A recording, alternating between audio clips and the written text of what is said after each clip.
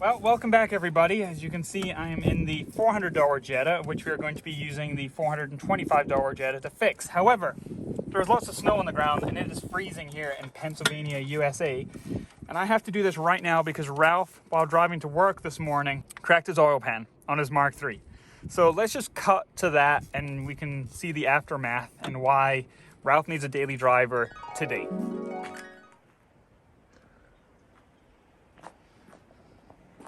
So this morning I tried to leave and I had to back out, and I think right here is where I hit. So we got all this snow.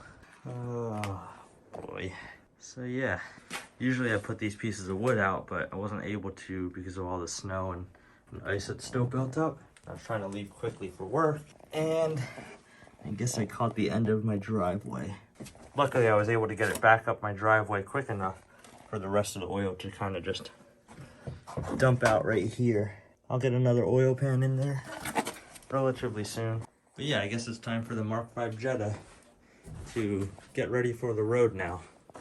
So that way this can get fixed and then just hang out in the garage until spring and it's time to drive it again. So the car was low on coolant, so we don't know why. So we put a gallon of G12, G13 in, which is the proper pink coolant, and let it idle for an hour. Fans kicked on, up to temperature, no problem. So now I'm reassembling the shifter. We've got the new part, new end there, so I'm going to throw all that in right now. That will allow it to, well, drive, I hope. So then we can go and drive it around the block, see if the brakes do need doing.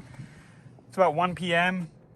I've got a lot of other things coming up. A whole lot more YouTube videos on projects that are scheduled. So hopefully by the end of today, Ralph might be able to register this, get plates on it, and drive it home. And in Pennsylvania, you don't have to have a safety inspection for 10 days after you buy a car from out of state. So he has 10 days for us to keep working on it and get it inspected, pass emissions and everything else. I'm probably gonna use all of that. But right now, I'm just putting the shifter linkage all back together, and then we'll try and drive it. Today's video is brought to you by our good, genuinely great friends at thesuspensionsource.com, home of Solo-Werks and indeed KW, ST, Beltec, or any of the other suspension needs that you may have in the North America region. I say they're our friends genuinely. We hang out with them, we go driving with them, we have been on the Nürburgring with those guys. No bull on that. So thank you so much to them for making this possible. And if you need suspension of a high quality from a great firm, please consider giving them a call. Thank you so much for making these videos happen. Well, I didn't think that I'd be in a junkyard today. The Mk5 Jetta, it's got to get fixed today.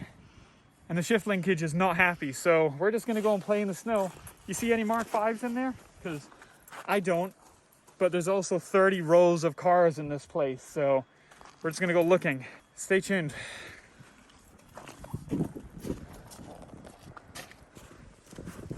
Nope, automatic.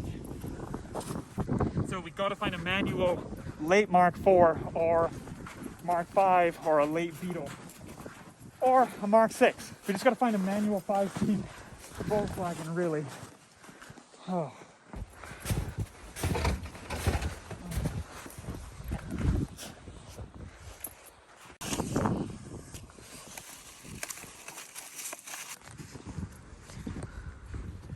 All right, we found an 05 Mark IV 1.8 turbo, and the shift linkage is very slow moving, so it has the same problem with the buildup in here, that pivot there. So this one at least moves, but it's not good.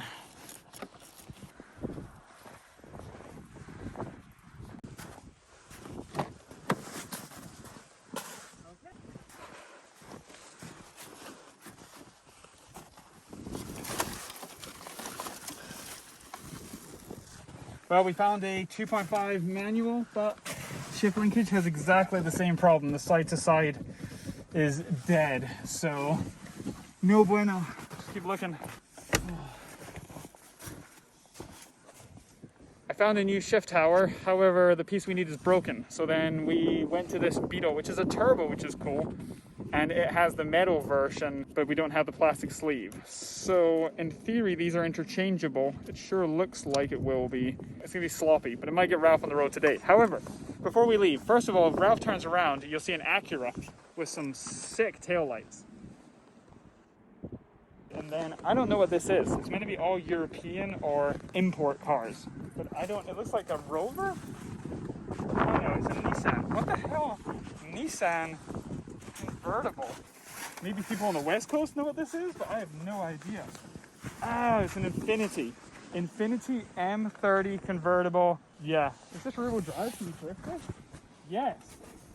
Dang. 4-cylinder.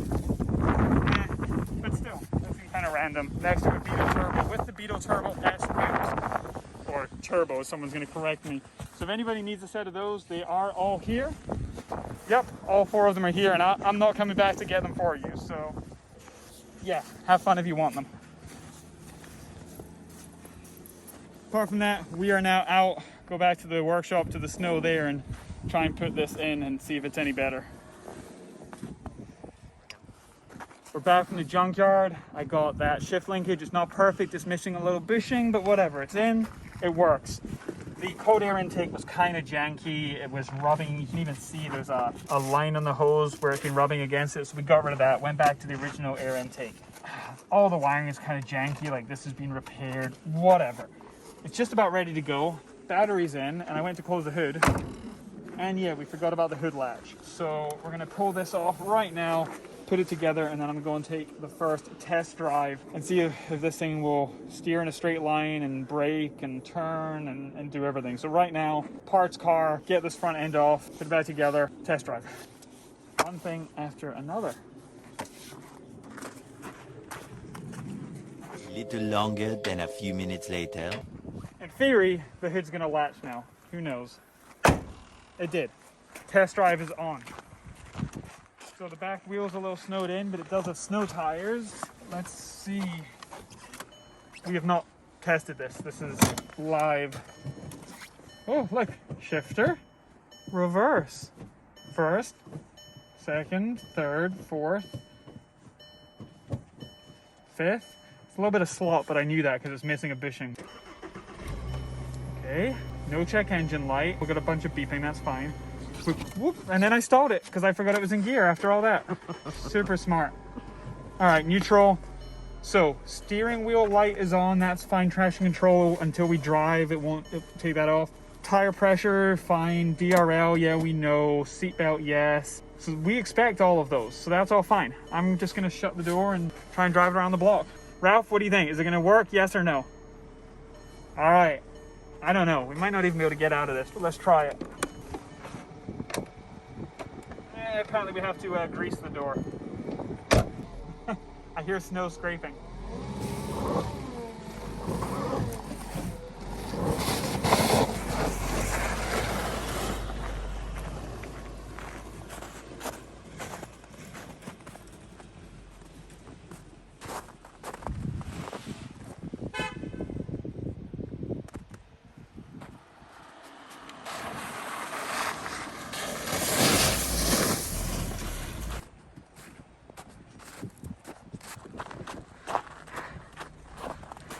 It works so well.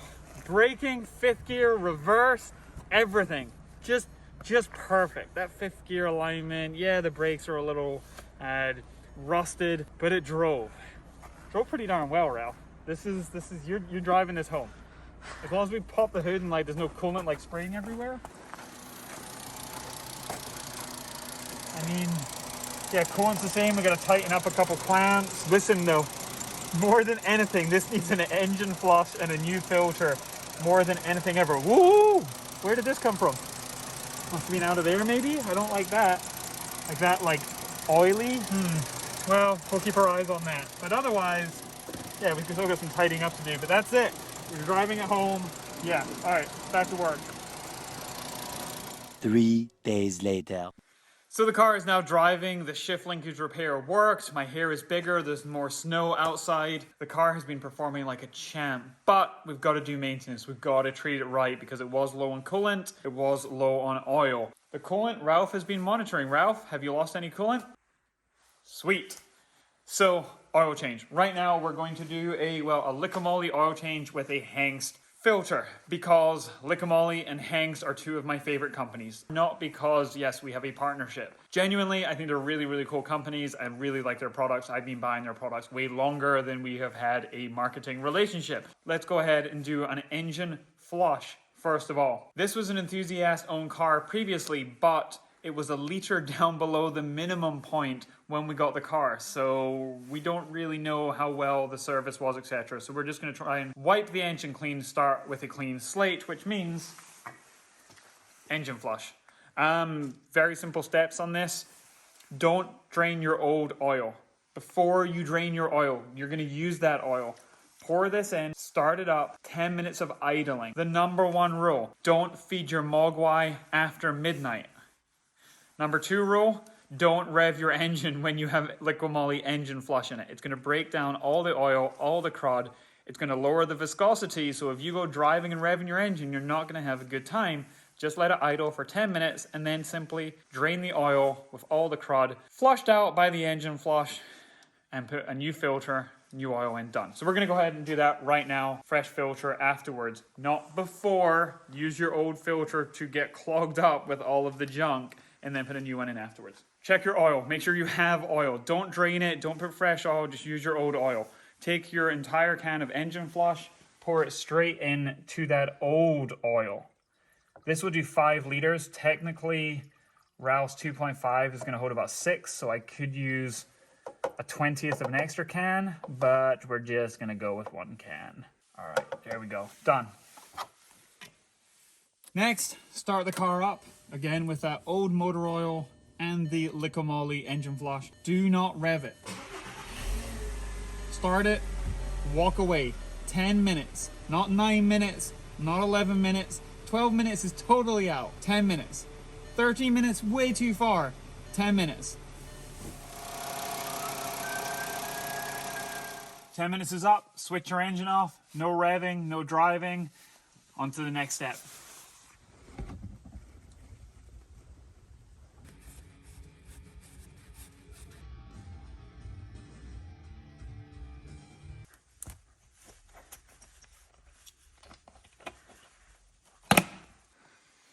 Well, now we're going to see if Ralph tightened up his oil drain plug, of which we did put a brand new one in because the old one, it's nice to have a new washer on it. So yeah, now we're just pouring in some LIQUI 5W40, which is a Volkswagen approved oil. Let's see, VW 502, 505, and I think this engine takes 5.8 or something liters. It will down this entire 5 liters, no question.